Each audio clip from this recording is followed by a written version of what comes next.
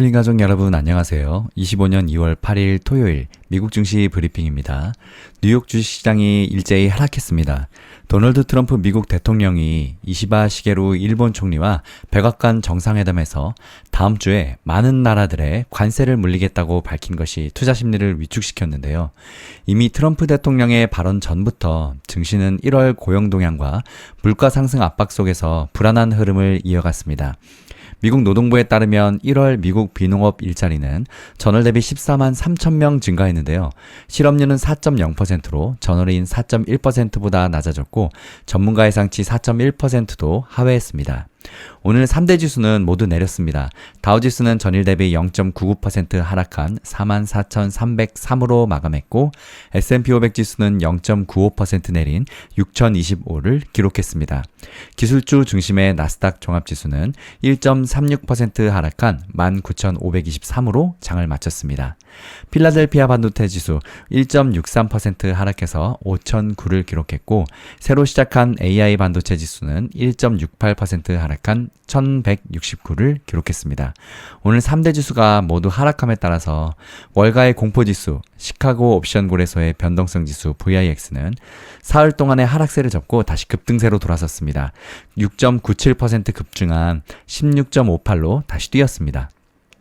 이번 주 증시 마감했는데요. 3대 지수는 주간 단위로 모두 하락했습니다. 다우지수는 0.54%, S&P 500 지수는 0.24% 하락했고 나스닥 지수는 0.53% 떨어졌습니다. 빅테크 종목들의 등락률을 보면 메타 최근 흐름이 정말 대단한데요. 메타는 지난달 17일부터 시작된 상승세를 오늘도 이어갔습니다. 무려 15거래일 연속 상승세입니다.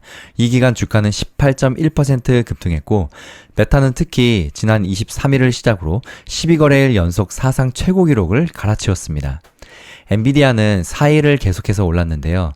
이날은 0.9% 상승한 129.84달러로 마감했습니다.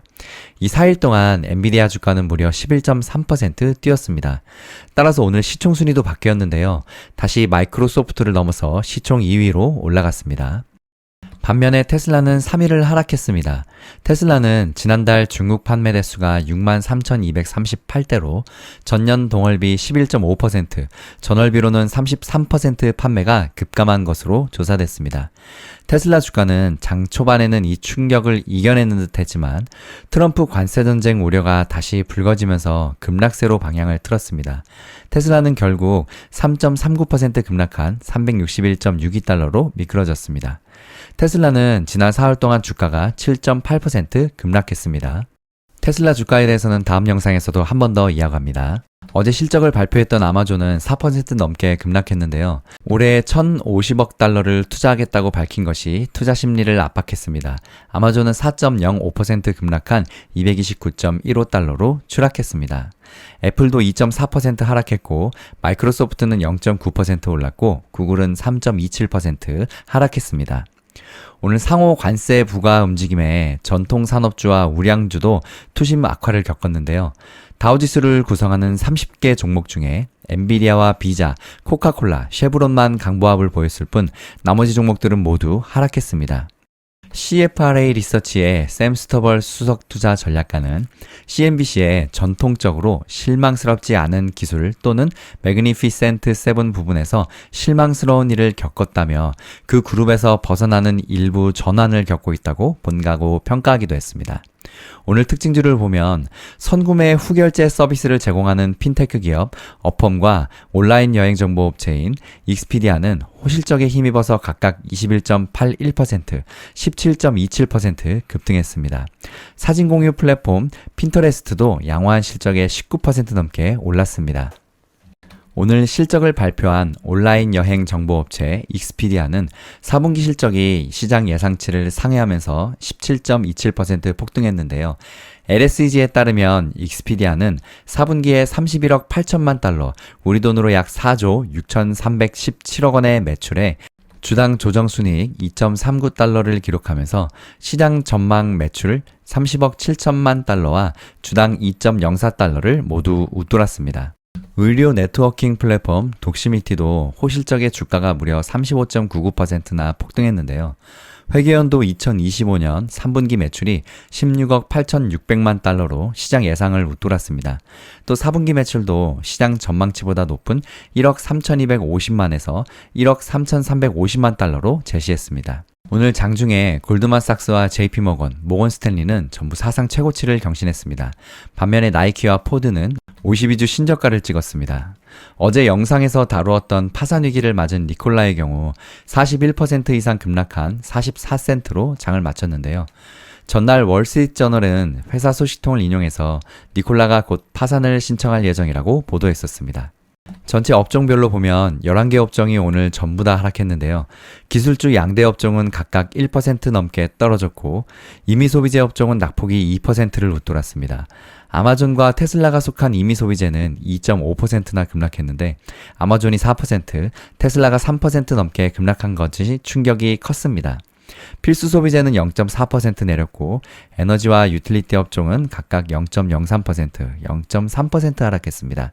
금융은 0.59% 떨어졌고 보건과 부동산 업종은 각각 0.51%, 0.42% 하락세로 장을 마쳤습니다. 산업은 0.34%, 소재업종은 1.19% 하락했고 기술업종은 1.02%, 통신서비스 업종은 1.22% 하락했습니다. 오늘 트럼프 대통령은 이날 방미 중인 이시바 시게루 일본 총리와 정상회담에 앞서서 상호 교역에 대해서 질문을 받자 다음 주 상호 교역에 대해 발표한다며 우리는 더 많이도 더 적게도 원하지 않는다며 다음 주 상호 교역에 대해서 말할 것이라고 기자회견을 할 것이라고 밝혔습니다. 트럼프 대통령이 상호 교역이라는 표현을 썼지만 이는 상호 관세로 해석된다는 것인데요. 이어 모든 국가가 해당되냐는 질문에 모든 국가에 영향을 준다고 답하기도 했습니다. 유럽연합이 무역 적자를 강조했던 것처럼 미일 간의 무역에서 미국이 적자를 본 것과 관련해서도 적자를 줄이기 위한 협력과 균형을 강조했는데요. 특정 국가에 더 높은 관세를 부과할 가능성도 배제할 수 없는 상황에 관세 위협이 다시 급부상한 것으로 보입니다. 특히 이미 소비자 심리 및 고용지표에서 물가 상승 우려가 나타나면서 불안정했던 증시가 트럼프 대통령의 관세 발언에 더욱 압박을 받았다고 CNBC 방송은 분석했는데요. 이에 따라서 10년물 국채금리가 급등해서 4.5%를 넘어섰습니다. 그는 미국이 다른 나라들과 동등하게 대우받길 바란다면서 특히 수입 자동차에 대한 관세를 고려하고 있다고 말했습니다. 상호 관세는 한 국가가 다른 국가와 동등한 조건을 맞추기 위해 시행하는 조치로 일반적으로 무역 상대국의 관세를 달러 단위로 동일하게 부과하는 방식인데요. 한 국가가 다른 국가들로부터 관세를 부과받았을 때 이에 대한 대응 조치로 이뤄지는 보복 관세와는 차이가 있습니다. 하지만 결국 상호 관세가 부과된 국가들이 보복 관세를 부과하는 등 도미노 효과를 가져올 가능성이 높고 이는 무역 전쟁을 초래할 수 있는데요. 경제학자들은 최종적으로 관세에 대한 비용을 부담하는 이는 결국 소비자들이 될 것이라고 우려하고 있는 상황입니다. 미주오의 전략 책임자인 조던 로체스터는 멕시코와 캐나다의 유예기간이 끝날 때까지 관세가 의제에 포함되지 않을 것이라고 생각했던 투자자는 이제 단기 해지 위험 상품을 사야 한다고 평가하기도 했습니다. 다음 영상 또 이어집니다. 힐링가족 여러분, 성공투자 파이팅!